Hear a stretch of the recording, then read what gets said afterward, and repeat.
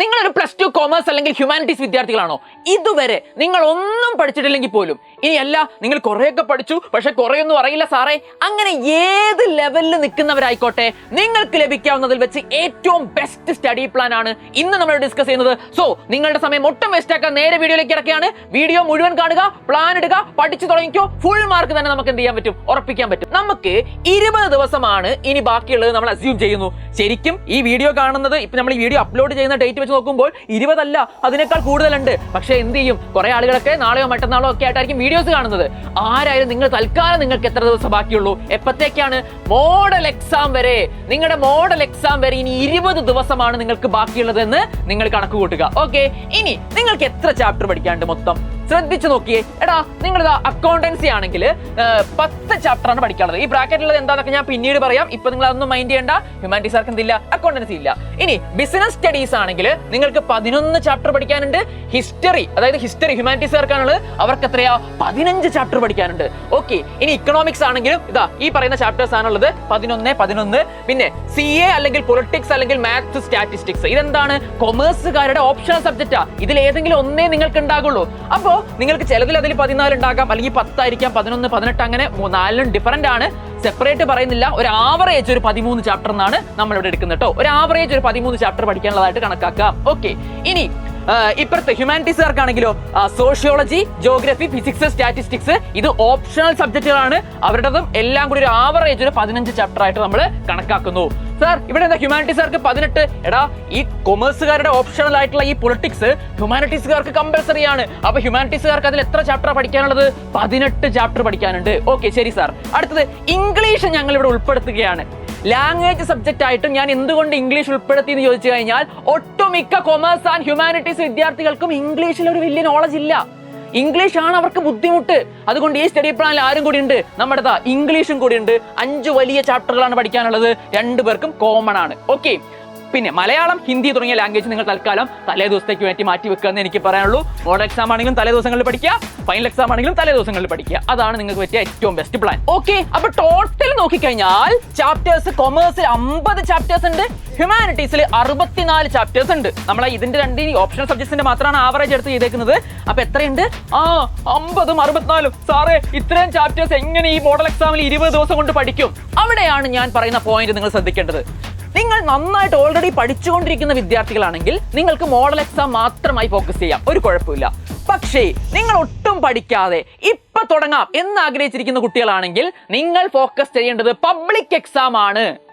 ഈ മോഡൽ എക്സാമിന്റെ മാർക്കൊന്നും ആരും ചോദിക്കില്ല. എടാ നിനക്ക് മോഡൽ എക്സാമിന് എത്ര മാർക്ക്? നിന്റെ മോഡൽ എക്സാമിന് A+ ഉണ്ടോ? ഇതല്ല നമ്മുടെ ഫൈനൽ ആയിട്ടുള്ള മാർക്ക് ലിസ്റ്റിൽ വരുന്നത്. പബ്ലിക് എക്സാം ആണ്.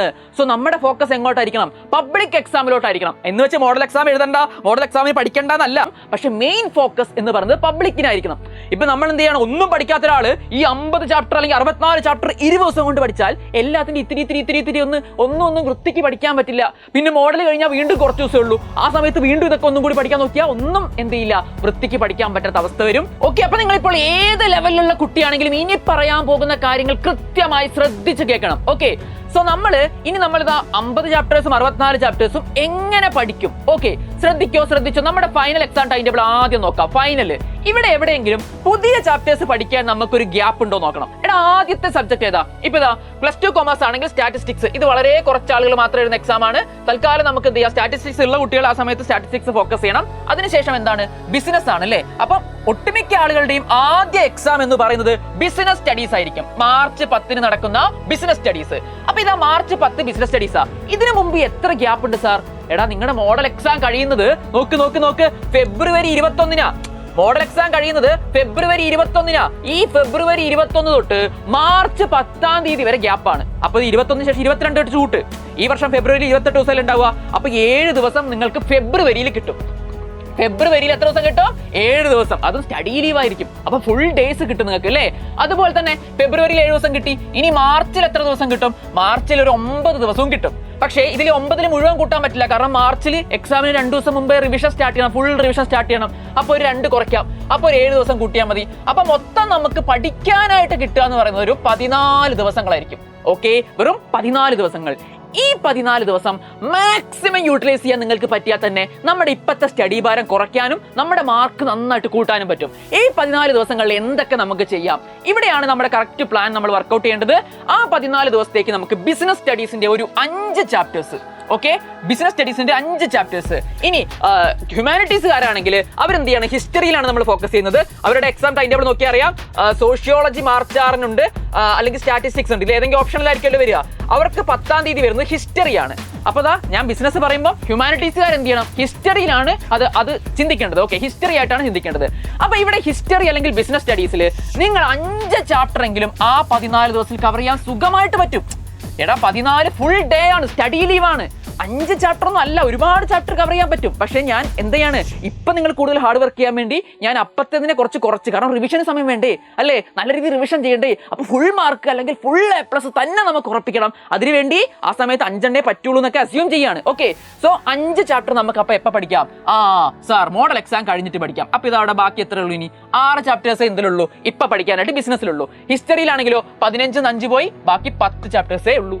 ക്ലിയർ ഓക്കെ സാർ 5 ചാപ്റ്റർ മാത്രം പഠിച്ചാൽ മതി 14 ദിവസത്തേക്ക്? എടാ ബിസിനസ് 5 ചാപ്റ്റർ പഠിച്ചാൽ മതി. പക്ഷേ താഴോട്ട് വന്നാൽ CA അല്ലെങ്കിൽ പൊളിറ്റിക്സ് അല്ലെങ്കിൽ മാത്സ്, സ്റ്റാറ്റി ഓപ്ഷണൽ സബ്ജക്ട് കണ്ടോ. ഈ ഓപ്ഷണൽ സബ്ജക്റ്റുകളിൽ നിങ്ങൾ എന്ത് ചെയ്യേണ്ടി വരും? ഒരു ചാപ്റ്റർ എങ്കിലും ആ ഒരു സ്റ്റഡി ലീവിന്റെ സമയത്ത് കവർ ചെയ്യേണ്ടി വരും. ആ ഓപ്ഷണൽ സബ്ജക്ട്സ് നിങ്ങൾ ഒരു ചാപ്റ്റർ എങ്കിലും നിങ്ങൾ കൊമേഴ്സുകാര് കവർ ചെയ്യണം. ഏതില്? ഈ CA അല്ലെങ്കിൽ പൊളിറ്റിക്സ് അല്ലെങ്കിൽ മാത്സ് അല്ലെങ്കിൽ സ്റ്റാറ്റിസ്റ്റിക്സ്. എന്നാൽ സോഷ്യോളജി അല്ലെങ്കിൽ ജോഗ്രഫി, സ്റ്റാറ്റി അത് ഹ്യൂമാനിറ്റീസുകാരാണെങ്കിലോ അവർ ആ സമയത്ത് ഒരു 5 ചാപ്റ്റർ എങ്കിലും കവർ ചെയ്യണം. ഓക്കെ, കാരണം നിങ്ങൾക്ക് ചാപ്റ്ററുകൾ കുറെ ഉണ്ടെങ്കിലും കണ്ടന്റ് കുറെയൊക്കെ ചിലതിലൊക്കെ പൊളിറ്റിക്സിലൊക്കെ ചെറിയ ചാപ്റ്റേഴ്സാ. അപ്പൊ നിങ്ങൾക്ക് എന്ത് ചെയ്യാൻ പറ്റും? കുറച്ചുകൂടി സ്പീഡിൽ കുറെ ചാപ്റ്റേഴ്സ് കവർ ചെയ്യാൻ പറ്റും. അപ്പൊ അവിടെ നിങ്ങൾക്ക് എന്ത് ചെയ്തു? ലാഭമായി. ഇവിടെ 12 ചാപ്റ്റർ ഇനി ബാക്കിയുള്ളൂ. ഇവിടെയാണെങ്കിലോ 10 ചാപ്റ്റർ ആവറേജ് നിങ്ങൾക്ക് ബാക്കിയുള്ളൂ. ശരി. ഇനിയോ ഇംഗ്ലീഷ് ആണ് അടുത്ത പ്രധാനപ്പെട്ടത്. ഇംഗ്ലീഷ് ലാസ്റ്റ് എക്സാം ആണെങ്കിൽ കൂടിയും ഒരു ദിവസത്തെ ഗ്യാപ്പേ നിങ്ങൾക്ക് വരുന്നുള്ളൂ. അതുകൊണ്ട് തന്നെ നിങ്ങൾ എന്ത് ചെയ്യണം? ഈ സ്റ്റഡി ലീവിന്റെ സമയത്ത് അറ്റ്ലീസ്റ്റ് ഒരു ചാപ്റ്റർ എങ്കിലും നല്ല വൃത്തിക്ക് എപ്പോൾ പഠിക്കണം സാർ? മോഡൽ എക്സാമിന്റെ ആ സ്റ്റഡി ലീവില്ലേ, ആ ഒരു ചാപ്റ്റർ എങ്കിലും നല്ല വൃത്തിക്ക് നിങ്ങൾ പഠിച്ചിരിക്കണം. അപ്പൊ നിങ്ങൾക്ക് ബാക്കി ഇനി എത്രയേ ഉള്ളൂ? 4 ചാപ്റ്റേഴ്സ്. അതുപോലെ തന്നെ ഹ്യൂമാനിറ്റീസ് ആയാലും കറക്റ്റ് തന്നെ സെയിം. ഓക്കെ, 4 ചാപ്റ്റേഴ്സേ ബാക്കിയുള്ളൂ. അപ്പോ തുടക്കത്തിലുള്ള ആ 14 ദിവസം നല്ല വൃത്തിക്ക് നിങ്ങൾക്ക് ഇത്രയും ചാപ്റ്റർ സുഖമായിട്ട് പഠിക്കാം. അതുകൂടാതെ നിങ്ങൾ പഠിച്ചത് മൊത്തം റിവിഷൻ ചെയ്യാൻ ഇഷ്ടം പോലെ സമയം ബാക്കി വെച്ചുകൊണ്ടാണ് ഞാനിത് പറയുന്നത്. നിങ്ങൾ ആലോചിക്കണം കേട്ടോ. ഓക്കെ, ഇനി അടുത്തത് നോക്കിക്കഴിഞ്ഞാൽ ഇതാ +2 കൊമേഴ്സിന്റെ ആദ്യത്തെ പിന്നെ എക്സാം കഴിഞ്ഞു, അല്ലെങ്കിൽ ഇത് ഇവിടുത്തെ ഹിസ്റ്ററി കഴിഞ്ഞു എന്ന് വിചാരിക്കുക. ബാക്കിയെല്ലാം ഓപ്ഷണലാണ്. ഇനി സെക്കൻഡ് ലാംഗ്വേജിന് ആ ഗ്യാപ്പ് മതി. മാത്സിന് നമ്മൾ എന്ത് ചെയ്യുന്നു? അങ്ങനെ നോക്കുന്നു. ഈ മാത്സ് ഓപ്ഷൻ എടുക്കാത്ത കുട്ടികൾക്ക് നോക്കൂ, സെക്കൻഡ് ലാംഗ്വേജ് കഴിഞ്ഞിട്ട് ഒരാഴ്ച സമയം കഴിഞ്ഞിട്ടാണ് എക്കണോമിക്സ് ഉള്ളത്. മാത്സ് ഓപ്ഷണലായിട്ട് എടുക്കാത്ത കുട്ടികൾക്ക് ഒരു വലിയ ഗ്യാപ്പ് അവിടെ ഉണ്ട്. ഇവിടെയാണെങ്കിലോ നോക്ക്, ഹിസ്റ്ററി കഴിഞ്ഞാൽ പിന്നെ സെക്കൻഡ് ലാംഗ്വേജ് കഴിഞ്ഞാൽ ഇവർക്ക് കണ്ടോ ഒരു ഒന്നുമില്ല, 7 ദിവസത്തെ ഗ്യാപ്പ് എന്തായാലും കിട്ടും. ഹ്യൂമാനിറ്റീസുകാർക്ക് 7 ദിവസത്തെ ഗ്യാപ്പ് എക്കണോമിക്സിന് എന്തായാലും കിട്ടും. അപ്പൊ നിങ്ങൾ എന്ത് ചെയ്യുക? ഇക്കണോമിക്സിന്റെ ആ ഗ്യാപ്പിൽ നമുക്ക് എന്ത് ചെയ്യാം? ഒരു 3 ചാപ്റ്റർ നമുക്ക് പുതുതായിട്ട് പഠിക്കാം. ഓക്കെ, 3 ചാപ്റ്റർ പുതുതായിട്ട് ആ സമയത്തേക്ക് മാറ്റി വെച്ചാലും കുഴപ്പമില്ല, നിങ്ങൾക്ക് സമയമുണ്ട്. സാർ അപ്പൊ മാത്സ് ഓപ്ഷണൽ ആയിട്ടുള്ളവരോ? മാത്സ് ഓപ്ഷണൽ ആയിട്ടുള്ളവർ എന്ത് ചെയ്യേണ്ടി വരും? ആ നേരത്തെ പറഞ്ഞ സ്റ്റഡി ലീവില്ലേ, ആ സ്റ്റഡി ലീവിൽ തന്നെ ഈ 3 ചാപ്റ്റേഴ്സ് എക്കണോമിക്സിന്റെ പഠിച്ചു വെക്കേണ്ടി വരും. അത്രേ ഉള്ളൂ. ഓക്കെ, അപ്പൊ എക്കണോമിക്സിന്റെ 3 ചാപ്റ്ററും കൂടി നമുക്ക് അവിടെ കൊടുക്കാം. പിന്നീട് നമ്മൾ ടൈം ടേബിൾ നോക്കുമ്പോൾ ഈ പൊളിറ്റിക്സ് ഓർ CA എഴുതുന്ന കുട്ടികൾക്ക് 4 ദിവസത്തെ ഗ്യാപ്പേ ഉള്ളൂ. അവിടെ നമ്മൾ പുതിയ ചാപ്റ്റർ ഒന്നും പഠിക്കാൻ സമയമില്ല. ശരിക്കും പറഞ്ഞാൽ അതെന്ത് ചെയ്യാം? ഒന്ന് മൊത്തത്തിൽ റിവിഷൻ ചെയ്യാൻ സമയമുള്ളൂ. അപ്പൊ നമ്മൾ പുതിയ ചാപ്റ്റർ ഒന്നും ഇതിന്റെ ഇടയിൽ ചെയ്യുന്നില്ല. അതുപോലെ തന്നെ ഇവിടെ പൊളിറ്റിക്സ് ആണെങ്കിലും 4 ദിവസത്തെ സമയമുള്ളൂ. പുതിയ ചാപ്റ്റർ ഒന്നും നിങ്ങൾക്ക് വേണ്ടി എന്ത് ചെയ്യുന്നില്ല, ആഡ് ചെയ്യുന്നില്ല. നിങ്ങൾ റിവിഷൻ ചെയ്തോളൂ, വൃത്തിക്ക് റിവിഷൻ ചെയ്തോളൂ. ഇനി അടുത്തത് അക്കൗണ്ടൻസി. ഇവിടെ ഒരു ഗ്യാപ്പും ഇല്ല, കണ്ടോ, ഒരു ഗ്യാപ്പും ഇല്ല. പുതിയ ചാപ്റ്റർ പോയിട്ട് ഒന്ന് റിവിഷൻ ചെയ്യാൻ വരെ സമയമില്ല. യെസ്. ഇനി അടുത്തത് ഇംഗ്ലീഷിന് നമ്മൾ എന്ത് ചെയ്തിട്ടുണ്ട്? ഒരു ചാപ്റ്റർ ഫുൾ കവർ ചെയ്തിട്ടുണ്ട്. റിവിഷൻ ചെയ്യാൻ മാത്രമേ സമയമുള്ളൂ. ഇവിടെ പുതിയ ചാപ്റ്റേഴ്സ് ആഡ് ചെയ്യാൻ സമയമില്ല. ഇതാ ഹ്യൂമാനിറ്റീസുകാർക്കും അങ്ങനെ തന്നെ. ഇവിടെയൊക്കെ ചെറിയ ഗ്യാപ്പേ ഉള്ളൂ. പുതിയ ചാപ്റ്റേഴ്സ് ഒന്നും ആഡ് ചെയ്യാൻ ഇനി അവിടെ എന്തില്ല, സ്ഥലമില്ല. ഓക്കെ, അങ്ങനെയാണെങ്കിൽ മോഡൽ എക്സാം കഴിഞ്ഞ് പഠിക്കേണ്ടതൊക്കെ നമ്മൾ ഓൾറെഡി ചെയ്തു. അങ്ങനെയാണെങ്കിൽ സാർ ബാക്കി എത്ര ചാപ്റ്റർ ഉണ്ട്? മോഡൽ എക്സാമിന് മുമ്പേ നമ്മൾ നിർബന്ധമായി പഠിച്ചു തീർക്കേണ്ട എത്ര ചാപ്റ്റർ ഉണ്ട്? നോക്ക്, നമ്മളിതാ ഇപ്പൊ ടോട്ടൽ ഇപ്പൊ എത്ര ചാപ്റ്റർ ആയി? 50 ചാപ്റ്ററിൽ നമുക്കിതാ 5, 8, 11, 12, 13 ചാപ്റ്റർ നമുക്ക് എന്തില്ല, ഇപ്പൊ പഠിക്കണ്ട, പിന്നീട്ടിലേക്ക് നമ്മൾ മാറ്റി വെച്ചു. അപ്പൊ ഇതാ ഇനി ബാലൻസ് ആയിട്ട് വെറും 37 ചാപ്റ്റർ ഉള്ളൂ സാർ. വെറും 37 ചാപ്റ്ററേ കൊമേഴ്സുകാർക്കുള്ളൂ. ഹ്യൂമാനിറ്റീസുകാർക്കാണെങ്കിൽ 64 നമ്മൾ 14 മോഡൽ എക്സാമിന് ശേഷം ഒരു ഫ്രഷ് ചാപ്റ്റർ ആയിട്ട് പഠിക്കാൻ തീരുമാനിച്ചു. അങ്ങനെയാണെങ്കിൽ 64 ചാപ്റ്ററിൽ ആ 14 ചാപ്റ്റർ പോയി കഴിഞ്ഞാൽ ബാക്കി 50 ചാപ്റ്റേഴ്സ് ആണ് ഹ്യൂമാനിറ്റീസുകാർക്ക് ഉണ്ടാവുക. ശ്രദ്ധിച്ച് കേൾക്കണം. ഇനിയാണ് നിങ്ങൾ അടുത്ത് പറയാനുള്ളത്. ഇതിൽ നിങ്ങൾ ഈ പറയുന്ന 64 ചാപ്റ്റേഴ്സ് ഇത്രയും പഠിച്ചു കഴിയുമ്പോൾ 37-50 ചാപ്റ്റേഴ്സ് മൊത്തത്തിൽ ലിസ്റ്റ് എടുക്കുക. അതിൽ നിങ്ങൾക്ക് ഏകദേശം നല്ല കോൺഫിഡൻസ് ഉള്ള കുറച്ച് ചാപ്റ്റേഴ്സ് എങ്കിലും ഉണ്ടാവില്ലടാ. നിങ്ങളൊന്ന് ചിന്തിച്ചു നോക്ക്. നിങ്ങൾ ഇത്രയും വർഷമായി സ്കൂളിൽ പോന്ന് ഒന്നും പഠിച്ചിട്ടില്ലെങ്കിലൊക്കെ ഓക്കെ, എങ്കിൽ പോലും ചില എളുപ്പമുള്ള ഈസി ചാപ്റ്റേഴ്സിലെ അധികം ബുദ്ധിമുട്ടില്ലാത്ത കുറെ ചാപ്റ്റേഴ്സ് ഉണ്ടാവും. നിങ്ങൾ ഓൾറെഡി കുറെ പഠിച്ചു വെച്ച ചാപ്റ്റേഴ്സ് ഉണ്ടാകും. നിങ്ങൾ നല്ല ഹൈലി കോൺഫിഡന്റ് ആയിട്ടുള്ള ചില ചാപ്റ്റേഴ്സ് ഉണ്ടാകും. എല്ലാ സബ്ജക്റ്റിലും കൂട്ടിയിട്ട്, ഇംഗ്ലീഷ് അടക്കമുള്ള 5 സബ്ജക്റ്റിലും കൂട്ടിയിട്ട് നിങ്ങൾക്ക് എന്തായാലും ഒരു 10 ചാപ്റ്ററെങ്കിലും നിങ്ങൾ ഇപ്പൊ തന്നെ കോൺഫിഡന്റ് ആയിരിക്കും. ഓക്കെ, ഇനിയിപ്പം 10 അല്ലെങ്കിൽ നിങ്ങൾക്ക് ഇഷ്ടമുള്ള ചില കുട്ടികൾക്ക് ചിലപ്പോൾ അതിൽ കൂടുതലും കോൺഫിഡന്റ് ആയിരിക്കും. 10-20 ചാപ്റ്റർ ഒക്കെ ആയിരിക്കും. ചില കുട്ടികൾക്ക് ഒരു 4-5 ചാപ്റ്റേഴ്സ് ഉണ്ടാവുള്ളൂ. അപ്പൊ നിങ്ങളുടെ എത്രയാണോ നിങ്ങൾ കോൺഫിഡന്റ് ആയിട്ടുള്ളത് അതും ഇതിൽ നിന്ന് കുറയ്ക്കാം. ഓക്കെ, കാരണം അത് ജസ്റ്റ് നിങ്ങളൊന്ന് ഓടിച്ചു വിട്ടാൽ മാത്രം മതി. എക്സാമിന് തലേദിവസം നല്ല വൃത്തിക്കൊന്ന് വായിച്ചാൽ മതി. അതിനുള്ള സമയം വേറെ ഉണ്ടല്ലോ. അപ്പൊ ഫ്രഷ് ആയിട്ട് പഠിക്കണ്ട എന്ന് തോന്നുന്നതാണ് അതൊക്കെ അല്ലേ. അപ്പൊ ഫ്രഷ് ആയിട്ട് പഠിക്കേണ്ടാത്ത എത്ര ചാപ്റ്ററാണ് നിങ്ങൾക്ക് ഉള്ളത് അത് നിങ്ങൾ ഇതിൽ നിന്ന് കുറയ്ക്കുക. ചില ആൾക്കാർക്ക് ഒന്നും കുറയ്ക്കാനുണ്ടാവില്ല, അങ്ങനെ ഒന്നും കുറയ്ക്കണ്ട. ഓക്കെ, ശരി. അപ്പൊ നമ്മൾ ഇതാ ഏകദേശം ഒരു 10 ആവറേജ് എടുക്കുന്നു. ഒരു 10 ചാപ്റ്റർ വെച്ച് ഹ്യൂമാനിറ്റീസുകാർക്കും ഒരു 10 വെച്ച് കുറയ്ക്കുന്നു. ഓക്കെ, അങ്ങനെയാണെങ്കിൽ ബാക്കി 27 ചാപ്റ്റേഴ്സ്. ഇനി ഹ്യൂമാനിറ്റീസുകാർക്കോ ബാക്കി 40 ചാപ്റ്റേഴ്സ് ആണുള്ളത്. ഓക്കെ, ഇത് ഈ 27 ചാപ്റ്ററും അതുപോലെ തന്നെ ഹ്യൂമാനിറ്റീസുകാർക്കാണെങ്കിൽ ഈ 40 ചാപ്റ്റേഴ്സും ഇത് നമ്മൾ മോഡൽ എക്സാമിന് മുമ്പ് പഠിച്ച് തീർത്തേ പറ്റൂ. അതിന് നമുക്ക് എന്തില്ല, ഒരു എക്സ്റ്റൻഷൻ ഇല്ല. ഞാൻ കുറച്ച് ഗ്യാപ്പൊക്കെ സ്റ്റഡി ലീവിന്റെ സമയത്തൊക്കെ നിങ്ങളൊന്ന് അതായത് റിവിഷനൊക്കെ ആവശ്യം സമയം നൽകിയിട്ടുണ്ട്. നിങ്ങൾ ഇത് ഇത്രയും ചാപ്റ്റേഴ്സ് മോഡൽ എക്സാമിന് മുമ്പ് പഠിച്ച് തീർന്നില്ല എങ്കിൽ നിങ്ങൾ ആ സമയം വീണ്ടും കോംപ്രമൈസ് ചെയ്യേണ്ടി വരും. നിങ്ങളുടെ റിവിഷൻ ടൈമിൽ കോംപ്രമൈസ് ചെയ്യേണ്ടി വരും. അപ്പോൾ നിങ്ങളുടെ മാർക്കിനെ അത് എഫക്റ്റ് ചെയ്യും. അപ്പോൾ ഇത്രയും ചാപ്റ്റേഴ്സ് എങ്കിലും നിങ്ങൾ മിനിമം മോഡൽ എക്സാമിന് മുമ്പ് വൃത്തിക്ക് പഠിച്ച് തീർക്കണം. സർ, ഇതിൽ എങ്ങനെ നമ്മൾ ഇതൊക്കെ പഠിച്ചു തീർക്കും? നിങ്ങൾക്ക് ഏറ്റവും ബെസ്റ്റ് ഓപ്ഷൻ തന്നെ എജുപോർട്ട് തന്നെ പ്രൊവൈഡ് ചെയ്യുന്നുണ്ട്, ബൂസ്റ്റർ ബാച്ച്. ഓക്കെ, ബൂസ്റ്റർ ബാച്ചിൽ ജോയിൻ ചെയ്തവർക്ക് നമുക്ക് അതിന് മുമ്പേ എല്ലാ പോർഷൻസും കൊടുക്കുന്നുണ്ട്. അപ്പൊ പെട്ടെന്ന് നമുക്ക് സ്വന്തമായിട്ട് ഒരുപാട് പഠിക്കാൻ പറ്റും. സ്വന്തമായി പഠിക്കാൻ പറ്റുന്ന ഒരുപാട് സ്റ്റുഡൻസ് ഉണ്ട്. പക്ഷെ അവിടെ വേഗത അഫക്റ്റ് ചെയ്യും. ഓക്കെ, നമ്മൾ ചിലപ്പോൾ എന്ത് ചെയ്യും, എല്ലാം വാരി വലിച്ച് വായിക്കും, എല്ലാം കുറേ ഇരുന്ന സമയം, ഒരുപാട് സമയം നമ്മൾ അവിടെ സ്പെൻഡ് ചെയ്യും. പക്ഷേ വേറൊരാൾ പറഞ്ഞു തരുന്ന സമയത്ത് എന്താ ഗുണം, കുറച്ച് സമയം കൊണ്ട് ആവശ്യമുള്ള സാധനങ്ങൾ കിട്ടും. അപ്പൊ ആ രീതിയിലൊക്കെ ഉള്ളവർക്ക് നമുക്ക് ബൂസ്റ്റർ ബാച്ച് ഉണ്ട്. അതിന്റെ ഫോം നമ്മുടെ വീഡിയോയുടെ അടിയിലുണ്ടാകും, കോമേഴ്സ് ആണെങ്കിലും ഹ്യൂമാനിറ്റീസ് ആണെങ്കിലും. അപ്പൊ അങ്ങനെയൊക്കെ നിങ്ങൾക്ക് പ്ലാൻ ചെയ്തിട്ട് ഈ 27 ചാപ്റ്ററും ഈ 40 ചാപ്റ്റേഴ്സും ഇനിയുള്ള 20 ദിവസം കൊണ്ട് നിങ്ങൾ തീർത്തേ പറ്റൂ. സർ, അത്രയൊന്നും തീർക്കാൻ പറ്റാത്ത ഒരു സിറ്റുവേഷൻ വന്നാൽ എന്ത് ചെയ്യും?